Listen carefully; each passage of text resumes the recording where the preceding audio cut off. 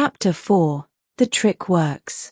The next morning, Maya and her friends hid in the trees near the pirate camp.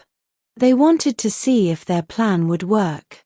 The pirates woke up late and were eating breakfast when one of them found the map and letter.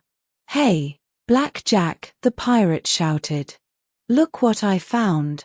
Black Jack was a big, scary-looking man with a black beard and, just as Maria had said, a scar across his left cheek.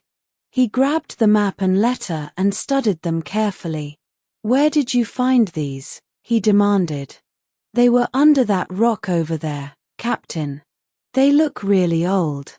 Black Jack read the letter out loud. "To whoever finds this letter, I have buried my greatest treasure on Snake Island. Look for the cave with 2 palm trees at its entrance. The treasure is worth more gold than you can imagine. Captain Redbeard." The pirates gathered around their captain, looking at the map with excitement. "Captain Redbeard," one of them said. "I heard stories about him. They say he had more treasure than any pirate who ever lived. Snake Island is about 4 days sailing from here," another pirate said, looking at the map. Black Jack thought for a long time. Maya held her breath, hoping the trick would work. Finally, Black Jack made his decision. "Men, we're going to Snake Island. If this treasure is real, we'll be the richest pirates in the world." "But what about this island, Captain?" one pirate asked. "We've been getting good food and supplies here.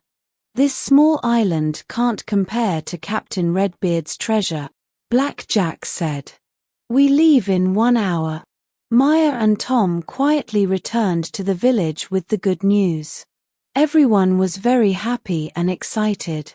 "You did it," Maria said, hugging Maya. "Your plan worked perfectly." The whole village came to the beach to watch the pirate ship sail away. As the ship with black sails disappeared over the horizon, everyone cheered. "How can we thank you?"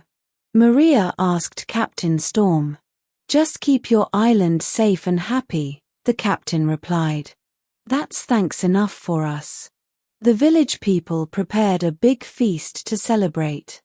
They cooked fish, served fresh fruits, and made delicious bread. Everyone ate and laughed and told stories.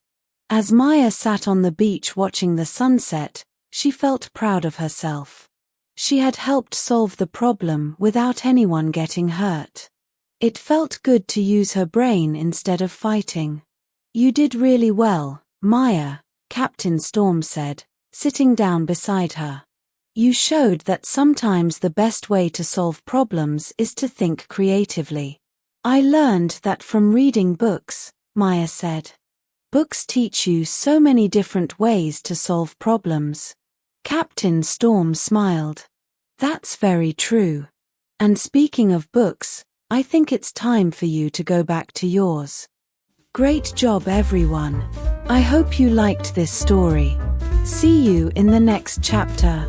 Please subscribe for more tips and fun lessons. Let's keep learning together.